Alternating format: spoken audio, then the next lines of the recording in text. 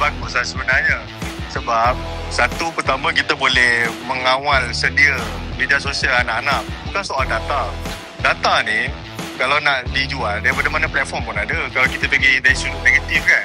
Tapi kalau dari segi sudut positif, kalau kita tengok untuk mengawal sedia, especially dalam bab media sosial ni, terlalu banyak fake news, terlalu banyak fake account. So sedikit banyak eKYC ni dia boleh membantu mengurangkan jenayah cyber.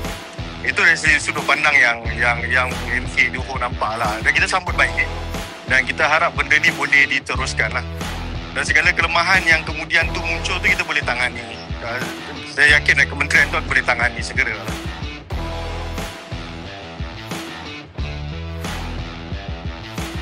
Kalau dari segi tu pun ya, kita pun ada rasa baik lah. Maknanya game ni dia bukanlah menjadi satu keutamaan. Kita faham kalau nak orang muda ni nak hilang bosan, dia akan main game lah. Tetapi dia tak bolehlah sentiasa tumpu pada main game. Jadi budak-budak muda ni kalau dikawal tak terlalu bebas, kita yakin bahawa anak-anak ni muda ni dia boleh lebih ke depan. Dia boleh lebih cari hobi yang lebih bermanfaat. Contoh macam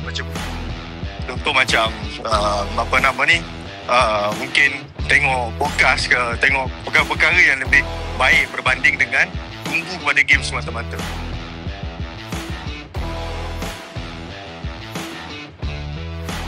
Kalau dulu orang kata jangan jaga tepikan orang, tapi sekarang ni ada juga kebaikan jaga tepikan orang ni.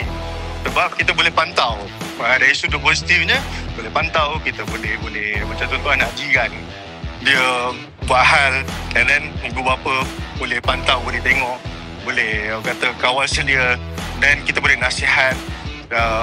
Orang kata ambil tahu itu berpada-pada, tapi dia memberikan orang kata impak yang positif lah kepada masyarakat.